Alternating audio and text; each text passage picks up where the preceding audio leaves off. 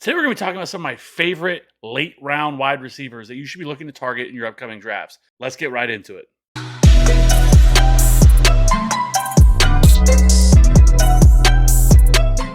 Let's go ahead and get right into it. So the first couple of guys are like borderline later round picks.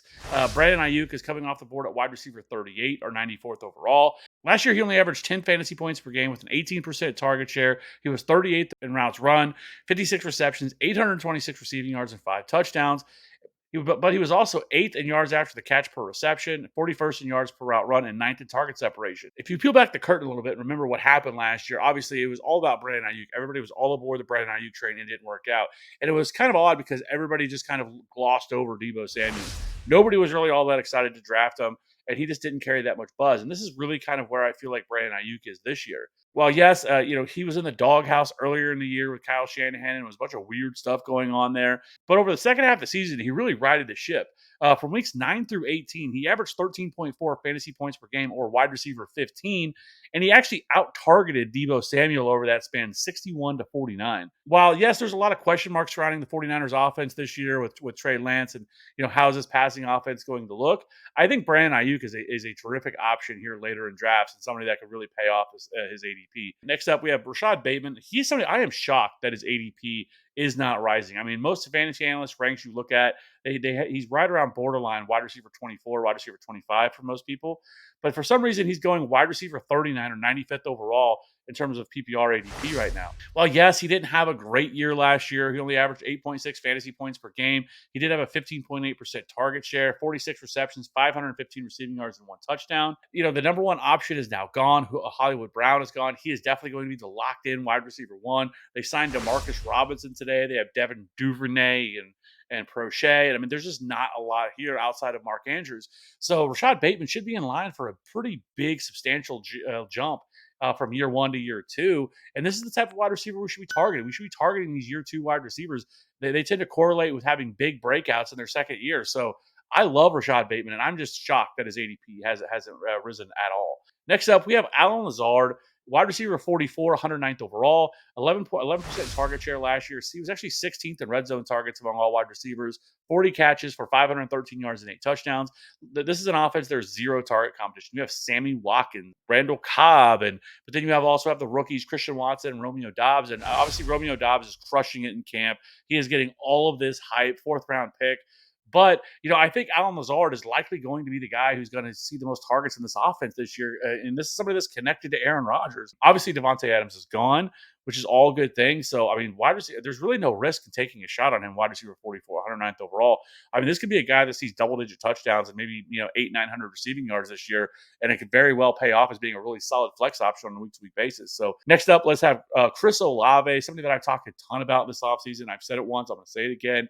He really has a real path to being the rookie wide receiver one, this year. Wide receiver 46, 113th overall. While guys like Treylon Burks and Drake London are going ahead of him, I think Chris Olave is being a little bit undervalued compared to where those guys are going off the board.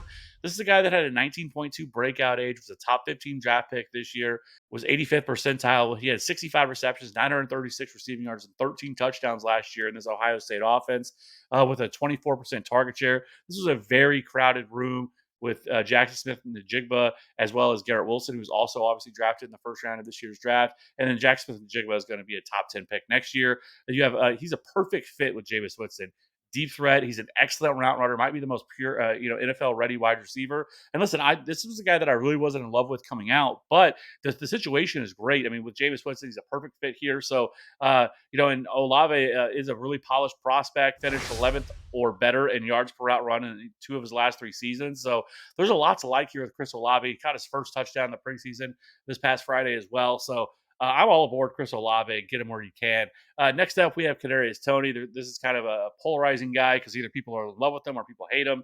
Wide receiver 47 or 115th overall. Last year at 39 receptions, 420 receiving yards, 0 touchdowns, and 8.2 fantasy points per game. He battled a lot of injuries last year, but he was 17th in yards per route run, 8th in yards after the catch per reception, and he very well could be the Giants' number 1 wide receiver this year, and another guy that I'm looking at could be a possible year 2 breakout. So I love getting Kadarius Tony this year.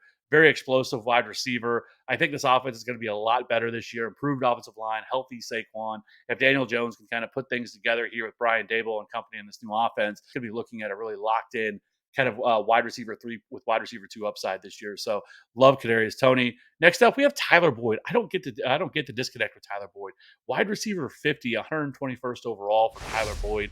He had 94 targets last year, an 18% target share, and he was first in slot snaps last year. 67 receptions, 820 receiving yards, and 5 touchdowns. And he was a wide receiver 3 last year, 11.5 fantasy points per game, which was 32nd. He was also 21st in yards after the catch, 8th in target separation. And this is one of the best offenses in the league. Like, I don't understand the disconnect here with Tyler Boyd and why people just aren't drafting him. I get it. Everybody wants to draft, T. Higgins and Jamar Chase, and those two dudes are absolute studs. But this isn't an offense with a lot of other pass catchers here that are going to take targets away. It's not like there's a dominant, tight end of note here. They brought in Hayden Hurst, which, whatever. I don't mind Hayden Hurst, but he's nobody that like scares me. But Tyler Boyd is definitely going to be number 3 on this team in targets. And if something were to happen to Jamar Chase or T. Higgins, it's wheels up for Tyler Boyd. And Tyler Boyd has standalone value anyways. He doesn't need an injury to be fantasy relevant. He proved that last year. So I just don't get Tyler Boyd. I don't like, it makes no sense. He should be going significantly higher than this. So anyways, just jump on the bandwagon of Tyler Boyd and take him, later in your drafts. And, he'll be somebody that you can easily plug in on a week to week basis as your flex. So anyways, next up, we have Jakobi Meyers, probably another guy that's being heavily slept on, had over almost 130 targets last year, has led the Patriots in targets each of the last 2 seasons, had a 24% target share, 83 receptions, 867 receiving yards, and 2 touchdowns. And that's really the difference between him probably going higher than what he was, or is the touchdown department. If he can improve on that and get 6-7 touchdowns this year, Jakobi Meyers is easily a wide receiver 3 this year. He was a wide receiver 3 last year. Yes, he's not a sexy name attached to a sexy offense, but the targets are going to be there. There's still nobody else there, and the wide receiver room is pretty much the same. Tyquan Thornton, their second round pick, is now out for the next 6 to 8 weeks, and so he's not going to be a factor whatsoever. So I don't get it. Jakobi Meyers is going to lead this team in targets again this year. Last year he was very good against man, 6th in total route wins, 2nd in route win rate versus man as well. So I don't get it with Jakobi Meyers. Maybe somebody in the comment section below can tell me why he's wide receiver 53 or 134th overall. I don't get it. Next up, we have Jalen Tolbert, rookie wide receiver 69, 186th overall. He's 6'1", 194 pounds, 23 years old, came from South Alabama, so obviously an FBS school. But last year had 82 receptions, 1,474 receiving yards, and 8 touchdowns with a 33% target share. But the great thing about Jalen Tolbert is that he's going to be the starting wide receiver next to CeeDee Lamb in this offense. Yes, he's probably going to be 3rd in this team in targets, but Michael Gallup's not coming back anytime soon. He already said he's not going to be ready for week 1. I wouldn't be shocked. There's a lot of people out there that said they don't think he may not be back until like November. So, Jalen Tolbert is in line to seeing a healthy, probably 6 to 8 targets per game, his rookie year. And his ADP is not reflecting this. The Cowboys passing offense is one of the better ones in the league. And I don't know. I guess people just don't want the number 2 wide receiver for Dallas. I just don't get it with Jalen Tolbert. So big disconnect there. Next up, we have Joshua Palmer. Feel like I have talked about Josh Palmer all offseason. He is one of my, if not my favorite, just absolute late round wide receiver. He's absolutely free, wide receiver 73, 197th overall. This is the guy last year that that was a 3rd round pick, kind of a surprise pick. He really wasn't on a lot of people's radar last year, but he really started to produce down the stretch. 3 of his final 5 games, he scored double-digit fantasy points. He has been crushing camp so far this year, and again, a very high-powered offense. An offense that's going to be top 5 in pass attempts this year. There's going to be a ton of targets to go around. Again, their tight end is Gerald Everett. Okay, it's really Keenan Allen and Mike Williams, and carved himself out a pretty nice role here in this offense. Really looked like a really solid red zone option as well for Justin Herbert. So draft Joshua Palmer, because if something again were to happen to 30-plus-year-old Keenan Allen or Mike Williams, who's had trouble staying healthy in his career, Josh Palmer could be a guy seeing 8 to 9 targets every single week if something were to happen to one of those guys. So again, don't get it on Josh Palmer, but absolute steal at current cost. Next up, we have Nico Collins, who's wide receiver 76, 223rd overall, 36 receptions, 446 receiving yards, 1 touchdown last year. Also a rookie last year, another guy that I think could have a second-year breakout. Really good athlete, 90th percentile speed score, 77th percentile burst score with a 95th percentile catch radius. He has also been crushing camp this year. And again, it's the Houston Texans. Not a lot of excitement around the Texans. I get it why nobody wants to take this guy, but I think he could be kind of a sneaky flex to play. Maybe has wide receiver 4 type upside. So lastly, I want to talk about Isaiah McKenzie, wide receiver 80, 233rd overall. Look, this guy's probably the starting slot wide receiver for the Bills. A lot of people thought it was going to be Jamison Crowder. Jamison Crowder is dust, and it sounds like it's going to be Isaiah McKenzie at this point. And of course, this is the shortest of sample size ever, but he did have a monster game last year where he scored 29.4 PPR points when Cole Beasley was out. He had 11 receptions for 125 receiving yards and a touchdown with 12 targets. I get it. Everybody wants to draft Stephon Diggs and Gabriel Davis, but Isaiah McKenzie, especially in PPR formats, could end up being pretty sneaky. I mean, if you look at Cole Beasley, who's now gone, has had over 100 targets each of the last 3 years in this Bills offense, 105, 107, 112, and he's averaged double-digit fantasy points in three straight seasons as well with the Bills. So take shots on Isaiah McKenzie in PPR formats. Now, I probably would avoid it in like a standard league, but PPR formats, Isaiah McKenzie should definitely be going on much higher on people's radar right now. Some other guys that I just really wanted to hit on really quickly that maybe I could have had in this list, but I didn't. Rondell Moore. I wish I could be higher on Rondell Moore, but I just don't really know what to expect from him.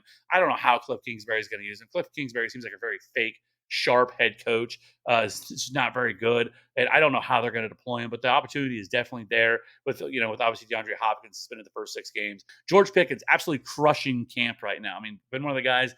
Somebody that I absolutely loved coming out. It was somebody that I thought maybe could possibly go in the first round, went in the second round to Pittsburgh. But there's just this is kind of a crowded room here with Deontay Johnson and Chase Claypool and Pat Fryermuth, and how many opportunities he's really going to get. I think it's going to take an injury for something to happen to him. So that's just why I just don't have him on. I don't think he's a must draft type of guy. Next up, Jahan Dotson. He seems to be getting a lot of buzz through camp right now. Obviously, a first round pick this year. I just don't love this Commanders offense this year, with Carson Wentz and everything else. Like, I think he can have some good weeks, but I just don't think he's going to be something you're going to trust on a week-to-week basis unless something happens. Because, I mean, Carson Wentz has never been able to support that. Next up, you have Wan'Dale Robinson. Again, another rookie this year. I think he could be a guy that, we end up talking about later in the year, kind of a waiver option. He's been getting a lot of positive reviews coming out of camp.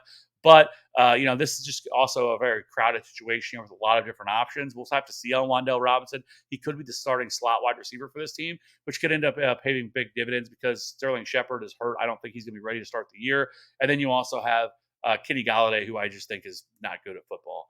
So definitely could be the number 2 wide receiver here in this offense. Next up, Paris Campbell, Ashton Dulin for the Colts. I think both these guys are names to watch. Somebody that you don't have to draft. But one of these guys I think could break out this year. There's really nobody else there besides Michael Pittman, who I absolutely love, has a top 10 wide receiver this year. But one of these 2 guys can end up breaking out for the Colts. Paris Campbell's been a guy that we've been hoping to break out for the last couple of years. Super athletic, but just continually getting hurt. And then Ashton Dulin has kind of flashed a little bit last year, and he's gotten a lot of hype out of camp as well. KJ Hamler, likely is going to be the number 3 wide receiver, especially with Tim Patrick going down for the Broncos. KJ Hamler also suffered a major injury last year, but this year could really play a role in the slot for this team. And so KJ Hamler is a guy, especially on the Broncos, connected to Russell Wilson, somebody that I definitely am going to be keeping my eye on. I appreciate everybody checking out the video. Let me know in the comment section below, who are some of the guys you're looking to draft or some guys that maybe I missed, and some guys that you think that I should have talked about here. Drafts are coming up. Any questions you guys may have, you can jump into our free Discord. Link is in the description below, or drop them in the comment section below, and I guarantee you they will get answered, and we will answer them for you, because we're around here. We're trying to win championships for everybody. That's the goal. That's what we're here for. I don't care about my own fantasy teams. I only care about yours. So anyways, let me know in the comment section below. We will catch you on the next one. Bye.